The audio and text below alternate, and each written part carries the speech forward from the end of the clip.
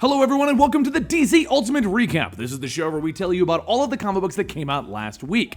We give you all the spoilers and the nitty gritty and we tell you the plot points that happened, so that way if you don't have time to read every single DC comic book, you know the good stories that were out there and you can follow along with plots, so that if you really don't have time to read them, you can just go buy the comic books tomorrow and know what's happening in DC right now. Now, as usual, we bring you bad jokes, fake advertising, and some really bad hosts. But today, we are brought to you by the fake advertisement, LexCorp. LexCorp is the world's premier digital industrial company. They have been transforming the industry through innovation in fields of aerospace, resource exploration, defense, health, and consumer solutions to build a better tomorrow. Today, if you're wondering why I had to look down for that, you try remembering all of those lines and then reciting them, because LexCorp does so much stuff that I can't memorize exactly what they do. LexCorp is potentially better than Wayne Industries, because if Lex Luthor wants to pay for our show, sorry Bruce Wayne. Anyway, let's go ahead and go to the first comic book on the recap today.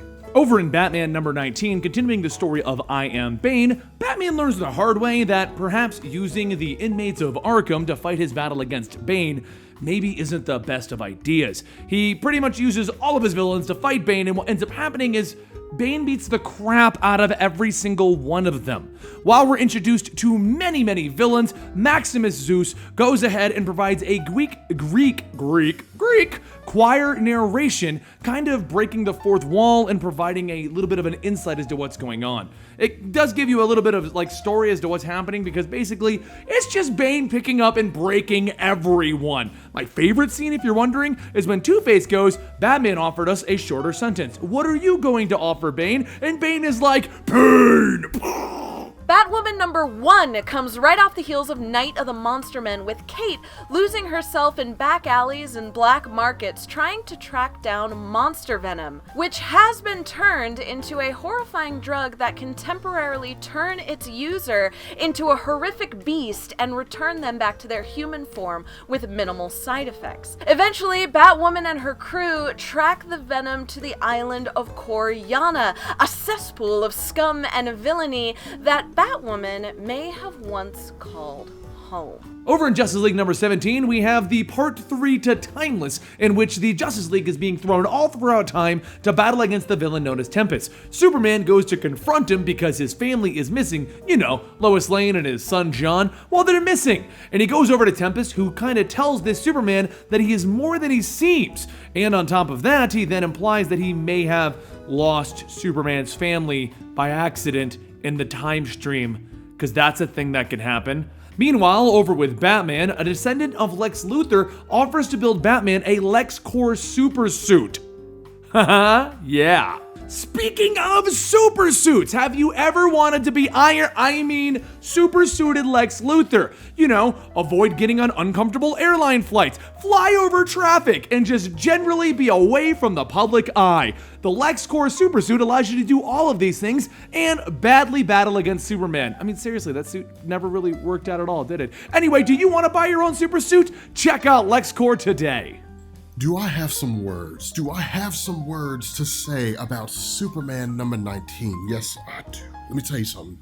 Harley Quinn number 16 has more loose plot threads than a sweatshop sweater in a discount bin, but I am going to try my best to sum it up for you guys. Harley and Power Girl team up to fight the blue alien, no, not Dr. Manhattan. At some point, the blue alien dates Power Girl. He gets a little bit fresh with her, and Power Girl gets fierce and beats the ever-loving snot out of him. He dies. Maybe. Meanwhile, bad guys are trying to recreate the plot of Sweeney Todd by killing hobos, and in a not-so-distant future, Reddit essentially becomes a gladiatorial arena where fans fight for superiority. One fan enters, one fan leaves. One fan travels back in time to defeat Harley Quinn, who apparently murdered Batman at some point, but they never really go into it. Over in Trinity number 7, a dark trinity arises in the form of Cersei, Ra's al Ghul, and Lex Luthor. They've been summoned to the mysterious Pandora Pits. You see, what's summoning them is the remnants of evil that was locked away a millennia ago at Pandora's Pit. But before this new trinity can unlock the powers, they must pass Pandora's test. Now, I have a lot of questions and problems with this plotline. First up, Is it truly a Dark Trinity? Because I thought we were referring to Red Hood, Bizarro, and Artemis as a Dark Trinity, so we can't refer to more than one thing as a Dark Trinity. And on top of that, how does this tie into the whole Pandora character that was from New 52 that had the whole Pandora's box thing? Like, is she even, are we just gonna forget she exists? Do you guys remember Pandora? Pandora was in the original launch of the New 52. She had a hand in the whole Flashpoint thing. What happened to that? Where'd she go? She got blown up at the beginning of Rebirth, and now we have a pit where they have to pass Pandora's test. Is it the same Pandora? I don't know. Do you know? This Trinity number 7. Maybe we'll find out, or maybe it's something completely new. Hatter is back in All-Star Batman number 8. Just like in the animated series, Jarvis has a hat, only it's not a hat. It's more of a virtual reality card system that straps to your head bobbles, and you hallucinate your most ideal reality. But if you leave the hat on for too long, you can no longer distinguish between fantasy and reality. Bats gets one of these doodads put onto his head, and he starts going through the hallucinatory madness that is a Jarvis Tetch / kind of Scarecrow-esque plot. Snyder makes the whole thing very grotesque and woo, and it's really awesome, and that's pretty much all that happens. Batman returns to reality, but we are again left with the question, as is very classic for this villain, of did he really turn back to reality? Is anything real? Are we real? Are we just constructs of the Matrix? Are we an absinthe hallucination by some kind of crazy cosmic being? I don't know! Oh god. Speaking of developments in commercialized virtual reality, Wayne Tech may have said no to a revolutionary VR ban, but LexCorp believes that all entrepreneurs and gamers deserve a chance. Live out your ultimate fantasies with the Lex Rift virtual reality card and headset. Ever wanted to remove yourself entirely from reality so that you could live out your darkest and most horrific desires? Ever wanted to spiral deep into the dark void encased in the nightmares of some type of omnipotent master as you languish helplessly between realities and without any control at all? Then try the Lex Rift. Aquaman number 19. By talking about Aquaman number 19, the man talks to fish. Why would I talk about Aquaman issue number 19 when I could talk about Superman number 19, which was so amazing? We get the return. Something that I really do want to talk about here is a message from Wayne Enterprises. Wayne Enterprises would like you all to know that it is not affiliated with the corrupt corporation known as LexCorp, nor any of its subsidiaries or affiliated companies of any kind. Wait a minute, does that mean they're not gonna pay us? Because if Wayne Enterprises ain't gonna pay us, then I'm not doing no. Over in Nightwing number 17, desperate to find Sean, the potential mother of his potential child, Dick Grayson and Damian Wayne team up to battle against Deathwing, an individual with a face that only a mother could love. Deathwing is a new villain that echoes all of Grayson's deepest, darkest secrets, even the ones that he doesn't want to admit to himself out loud. As Dick Grayson is about to be destroyed by the Truth and Deathwing's blades, Damian Wayne's doppelganger ends up jumping in and stopping them. And they discover that the whole thing may be a plot with Professor Pig, as Sean is apparently now a full-time artist. Like some kind of horrific amalgam between that kid from Children of the Corn and Baby Doll from the animated series, we get a glimpse into the villain that John and Damian are up against in Super Sons number 2. And it's not amazo. Meanwhile, old man Super Lex is trying to get these kids off of my damn building! And the two have to escape before he figures out who they actually are and who they belong to, not like it isn't painfully obvious.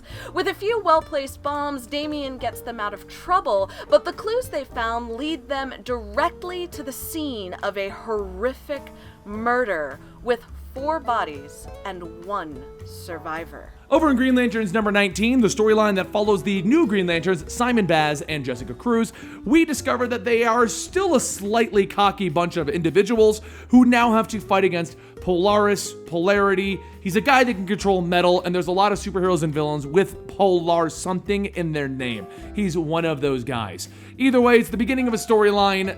They're being overly cocky. We're gonna see what happens with it. And that is all the core books that had substantial things happening in it. And Green Lanterns. Nothing substantial happened. I just love Green Lanterns. Like, really? Can you see this? Okay.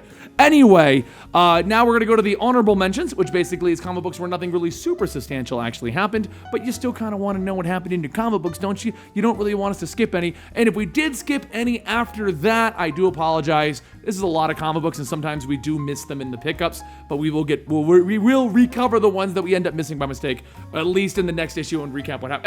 Anyway, Green Arrow. Green Arrow has Speedy and Green Arrow flashing back to the terrible individuals that they used to be in their lives. You know, one of them being a pompous rich boy and the other one being a drug addict or alcoholic. I don't really know what they changed Speedy into. Either way, they were terrible individuals and they are now working together, and most of this issue is a flashback to that.